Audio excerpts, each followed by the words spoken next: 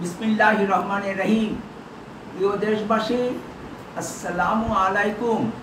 আমি সামিউল প্রধান বড় বুড়ি ও ছোট বুড়ির মাঝখানে বসে বলছি। সামষ্টিক অর্থনৈতিক স্থিতিশীলতা ভেঙে পড়েছে। পর্ব 6, নিম্নমুখী প্রবৃদ্ধি। 22-23 অর্থ বছরে অর্থনৈতিক প্রবৃদ্ধি প্রাক্কলন করা হয়েছিল 7%-এরও বেশি। বছর শেষে 5.78% প্রবৃদ্ধি অর্জিত হয়েছে।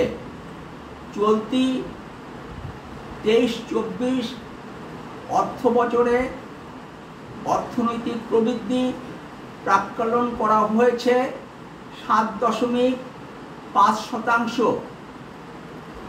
সরকার IMF এর কর্মসূচির মধ্যে আছে।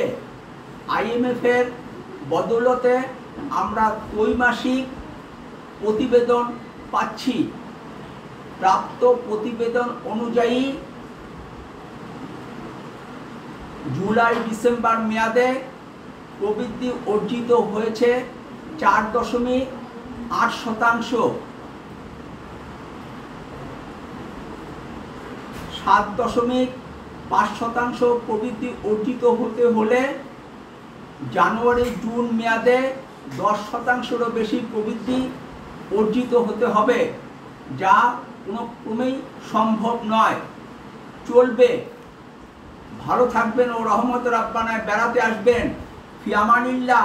আল্লাহ হাফেজ। বাংলাদেশ জিন্দাবাদ।